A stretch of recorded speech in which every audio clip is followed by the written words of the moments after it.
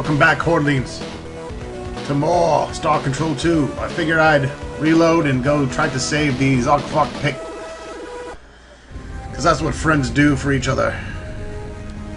I think the distress call was from Alpha Tuscane, wasn't it?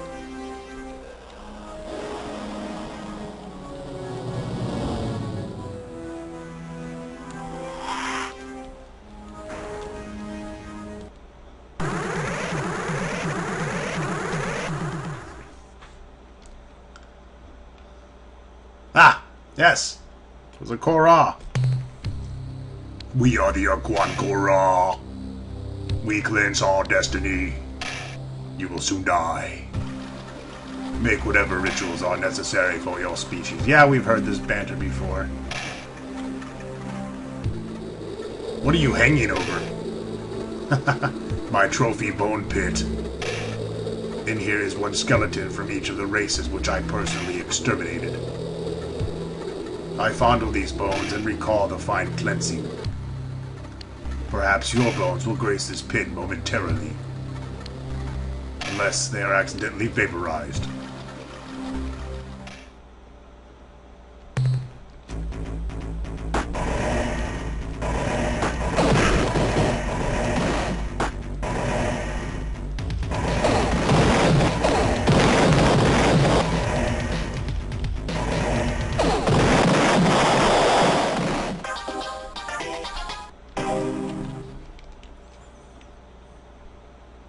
Vaporize that, bitch.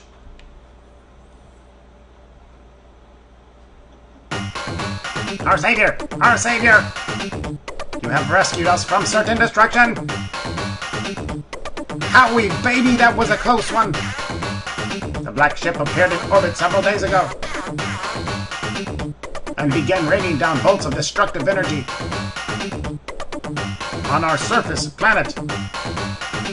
Fortunately, we were able to focus our planetary shields to deflect the energy blast away from other cities. Unfortunately, large sections of our planet's beautiful wilderness have been annihilated, entire ecosystems destroyed. Oh, that really makes me mad. I mean, attacking helpless, intelligent alien species. That's one thing.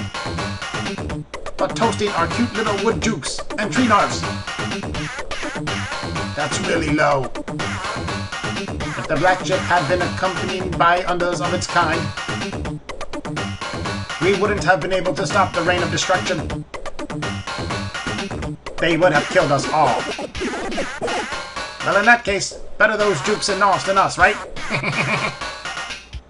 Captain, it is clear that in matters of war, you are more capable than ourselves. With this in mind, we would like to give you our 4 finest starships and crew. I hope they bring you many victories. Try not to lose them all right away.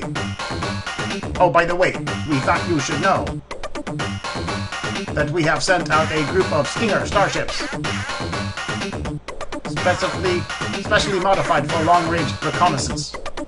Their orders are to report back with information on the war between the Urquan and the kohr-ah. So if you want to know more about what they're up to, check back here with us from time to time.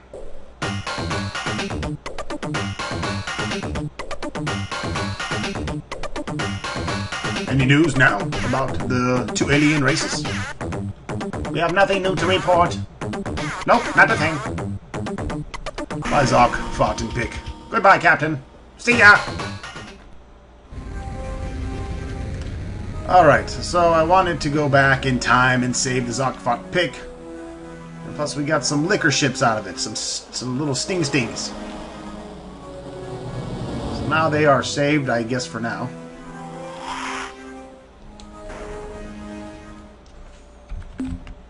And I need to go back and redo some of the things that I've already done in the previous videos, just delivering, basically befriending the ores and all that. So I'm going to go do that real quick. And we'll come back when we're all caught up. Well, you can now see the kohr-ah expansion of their territory up here. That came up when I killed one of them. Yeah, pretty huge circle. And the poor Zog Fick motherfuckers are right inside the circumference of it, so that's never good.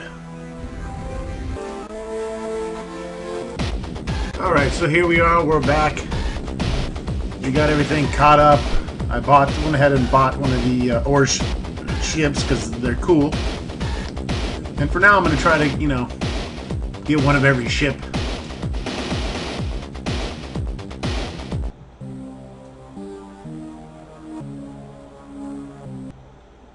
We still have plenty of fuel left.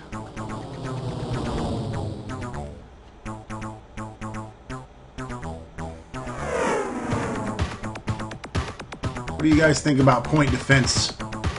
Useless? Don't even bother?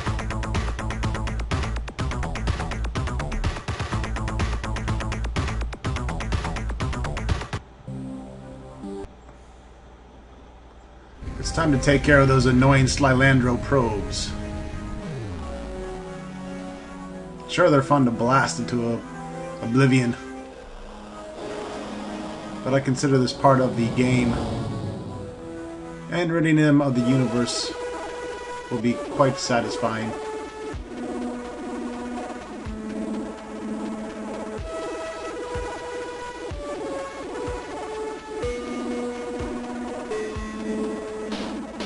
Homeworld is way up in the upper left, I believe, so we're going to need to get into quasi-space. Alright, let's see. Device. We have the Talo shield here now.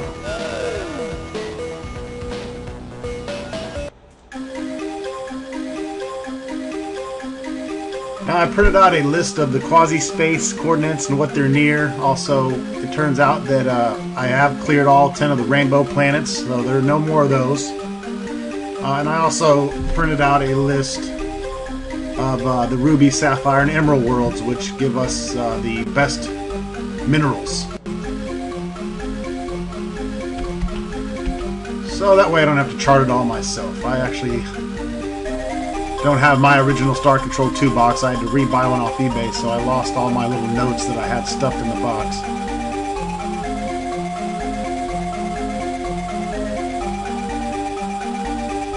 Let's see. The Slylandro Homeworld. The coordinates at 520. And 514, I believe this is it.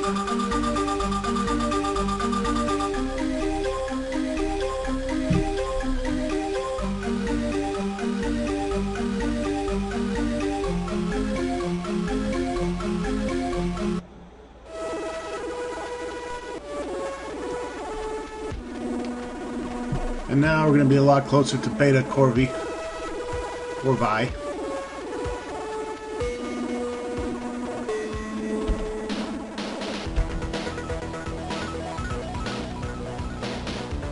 There it is.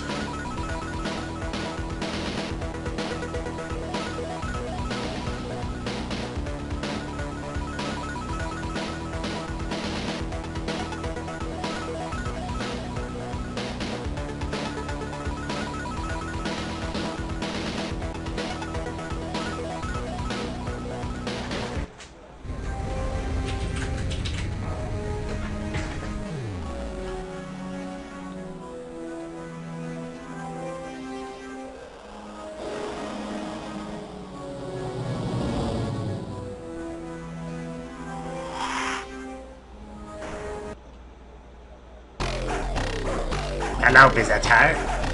We are the Slylandro. I'm content to cover. The Slylandro speaker. Your presence here fills us with excitement. We've gotten so few visitors over these many drums. We hope you can stay to talk with us for some time. I'm Ronstock, captain of the Earth Starship. Lug. The hell are you? Oh, this is terribly exciting. We will be happy to tell you about ourselves. if you will please do the same. You see, we, Slylandro, have been extremely interested in learning about the galaxy. But our physique makes us incapable of leaving our gas giant home. Therefore, we are totally reliant on our infrequent visitors to keep us informed about events outside this planetary system. And visitors usually only show up every few drops. We hope that our newly deployed exploration probe fleet will not only gather information for us, but inform other races of our presence here as well.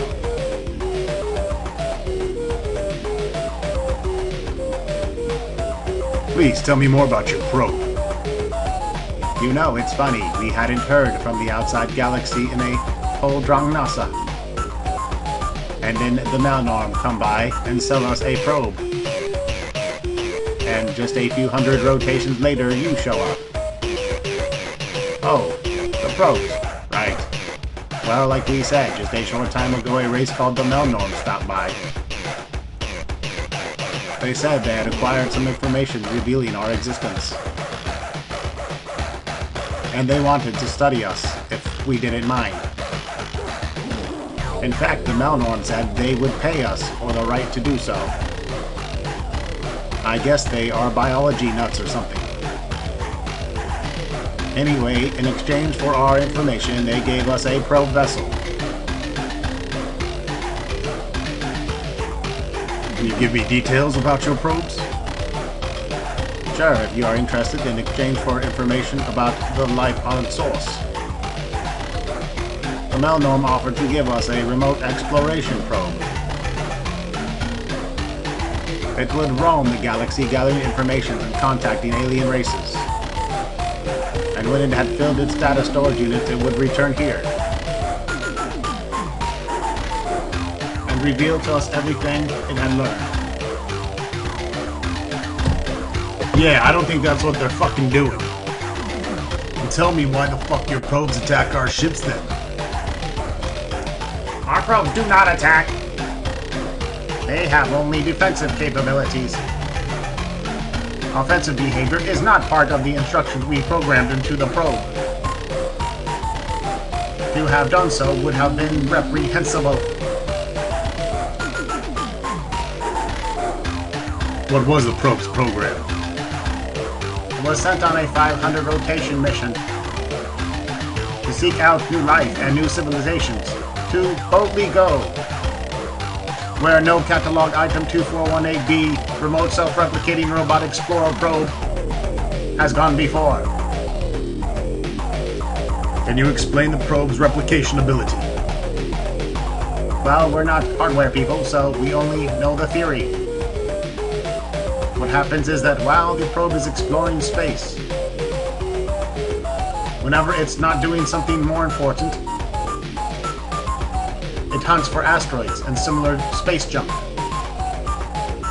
zaps it into component parts, absorbs the debris, and when it has enough raw material stored inside, it manufactures a perfect replica of itself. So even though we only bought one probe, by now there should be hundreds of probes, maybe even thousands. Can we talk a little bit more about the probe's program? Sure, what would you like to know? Would you outline the probe's program?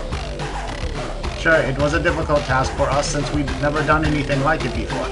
But for the most part, we just adjusted its standard program, which went something like scan for targets as defined in target list. If no current target, then select new target from current target list using specified priorities. If current position is at current target, then set current behavior to new behavior based on behavior priority settings. Perform current behavior. Okay, that's the basic program. I said it was simple. And here are the tables used by the program. Target list with associated target priority. Space Vessel 5. Transmission Source 4. Astronomical Anomaly 3. Planet Bearings Life Signature 2. Raw Replication Materials 1. Probe behaviors with assigned priorities. Communicate 5. Record data 4. Analyze data 3. Seek replication materials $9.99. Move to current target 1. That's it. You mentioned the probe's defensive capabilities. Elaborate. That behavior was hard-coded by the Melmor. We couldn't mess with it. Essentially, the probe will only fire its weapons if it has been attacked, and cannot communicate with the attacker. And when defending itself, it uses its lightning weapon. No, the probe is armed with a battery of missiles. It doesn't use its electrical discharge device in combat. Missiles? It only attacked us with lightning. It's impossible. Inconceivable. The electrical discharge device is used only for breaking down raw replication materials into the component compounds for easy gathering.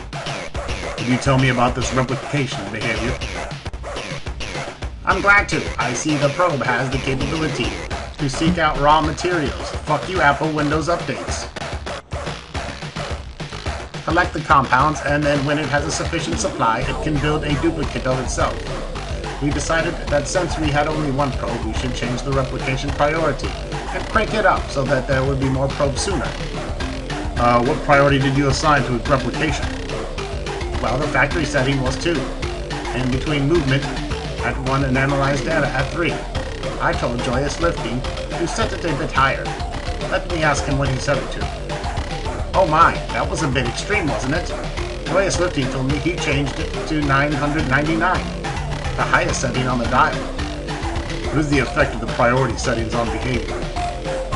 I'm pretty sure the way it works is that every time a behavior is completed or interrupted, the program selects a new behavior based on the defined behavior target priorities, and what kind of target is currently selected, I think. A real high priority would cause a probe to focus its attention on that behavior.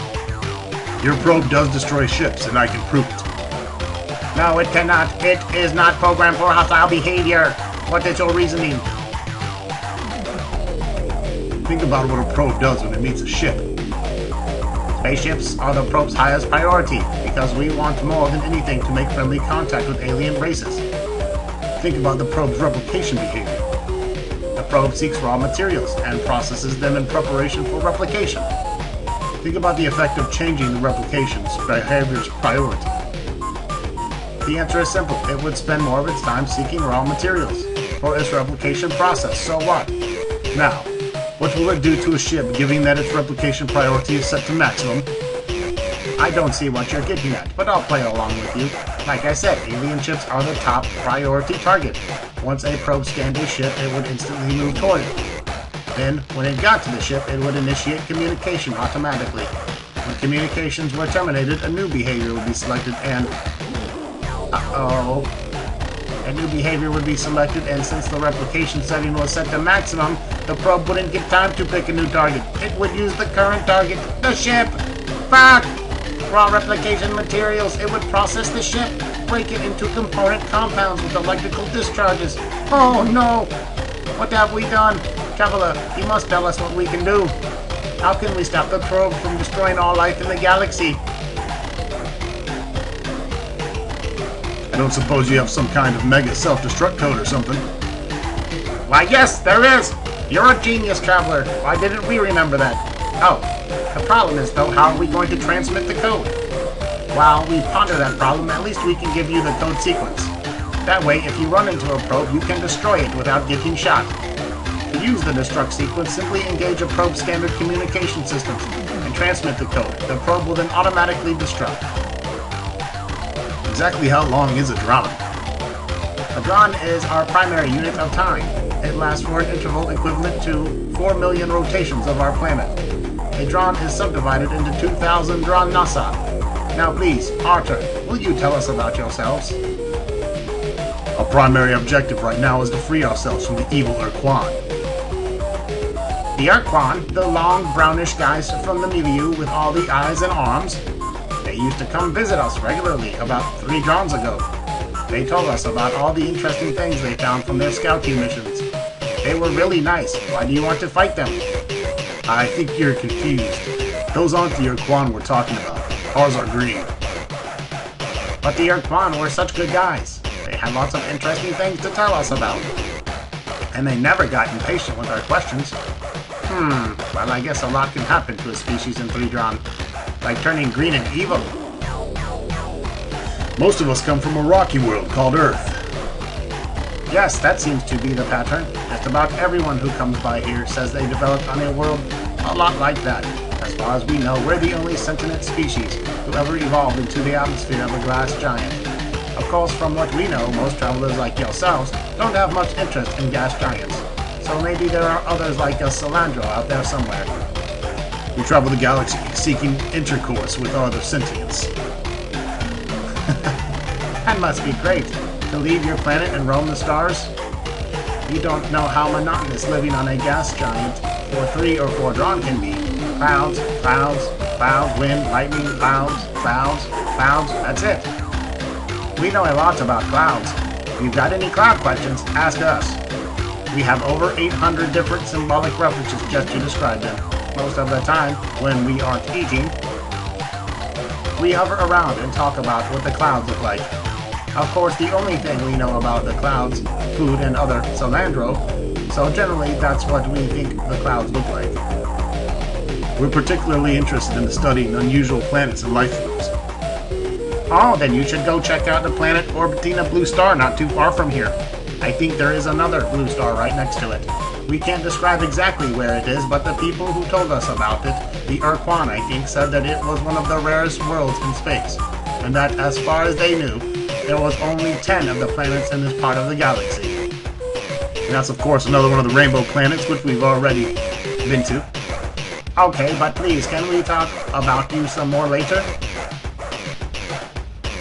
What are those glowy bits inside of you? Oh my! From your question, I infer that you creatures perceive in a different spectral range, and can see we can't see them. What I meant to say is they are, well, we use them for when the male and female, look, I prefer you didn't ask about them, okay? Especially not in front of Sullen Plummet. She is shy. Tell me about the other races who have visited you over the years. Years? Oh, you mean John? Well, let's see. There was the Melnor just a few rotations back. Then we go all the way back over 3 drawn ago to the kohr-ah. And the other Milieu guys. The Uli and the Drawn, I think. Milieu? There's a Milieu, and who are the Uli and the Draw? Let me remember. That was a long, long time ago. I was only a nymph then. Ah, yes, that's it. The Sentient Milieu was a cooperative association of sentient alien species. The Uli, the Draw, and the Talo, the Malnum, the Faz, and the kohr-ah, who lived across a wide section of the galaxy. They talked with us fairly frequently for almost half a drawn. Then suddenly, the visit stopped, and we haven't heard from them since. Where are the other visitors here besides the Melnor and the Milieu races? Yes, there was another race, a highly sophisticated species of shaggy giants, who made repeated trips to our world over a period of several drawn.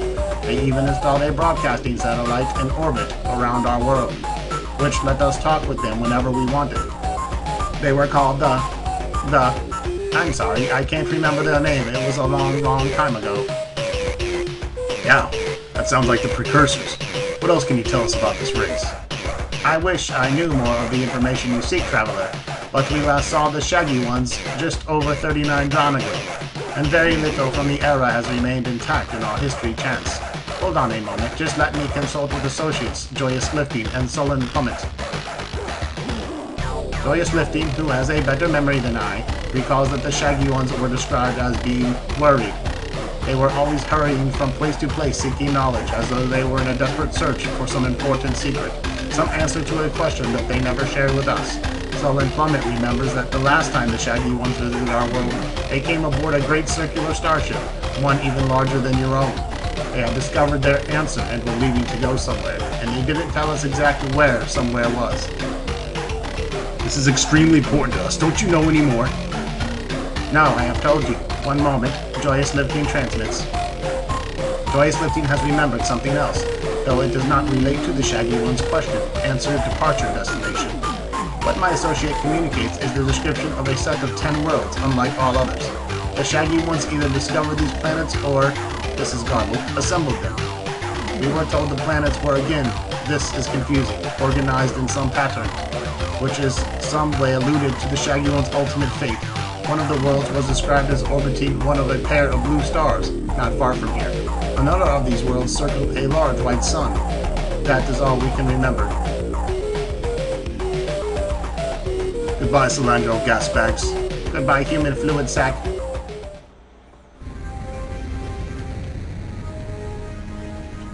Check out your moon, see if it's got any goodies.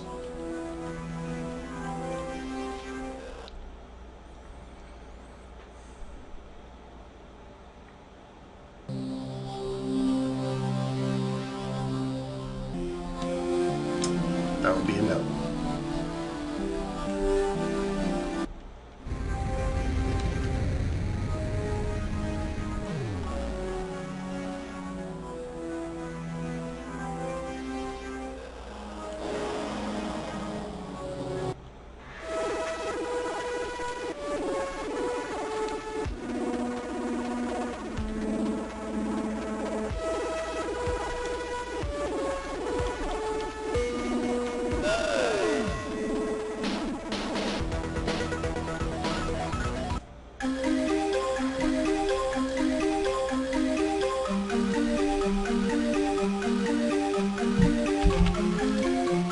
Alright, so let's head back.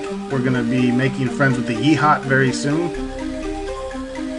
But first we need to get back close to planet Earth.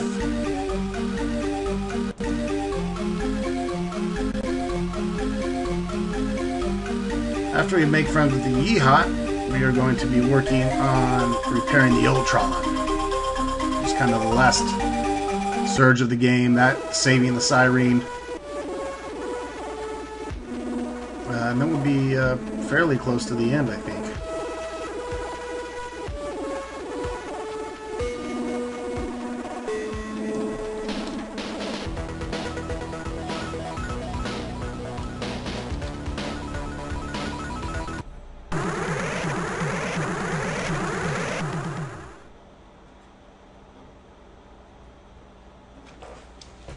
Oh, look who it is. This should be quite interesting. Let's converse. This is Probe 2418B on a peaceful mission. Transmit destruct sequence. Engaging self-annihilation circuit.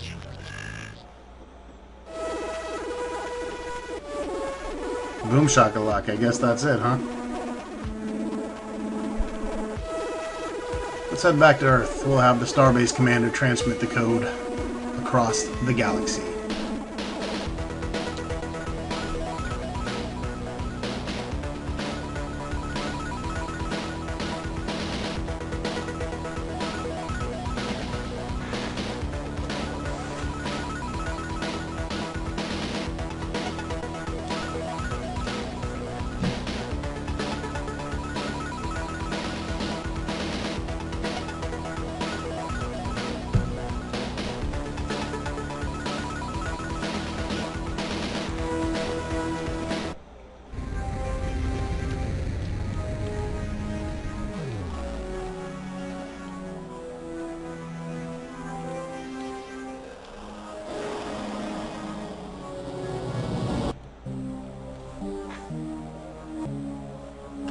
Starbase Commander.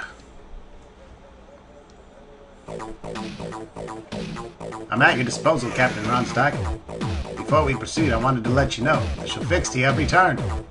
Their ships can now be built in our shipyards, with their vast numbers swelling our ranks. We won't have to worry about running out of able-bodied crew, and I am sure their volunteers will reduce the cost of new crew.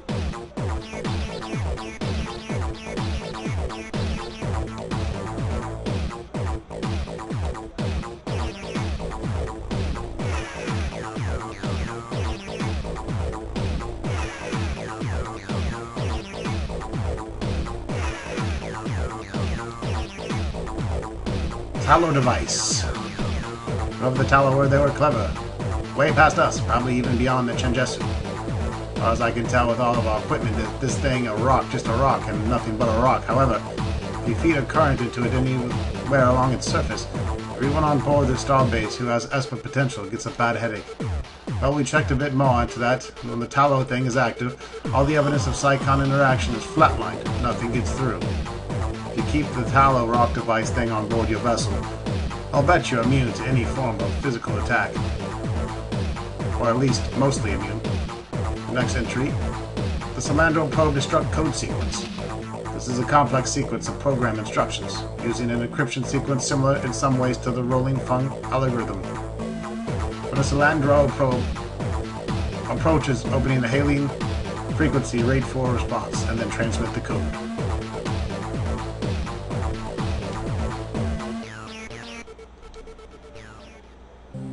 I might as well just blow them up, get the money if it doesn't wipe them out completely. Alright folks, well anyways, that wraps it up for this video. Stay tuned for more.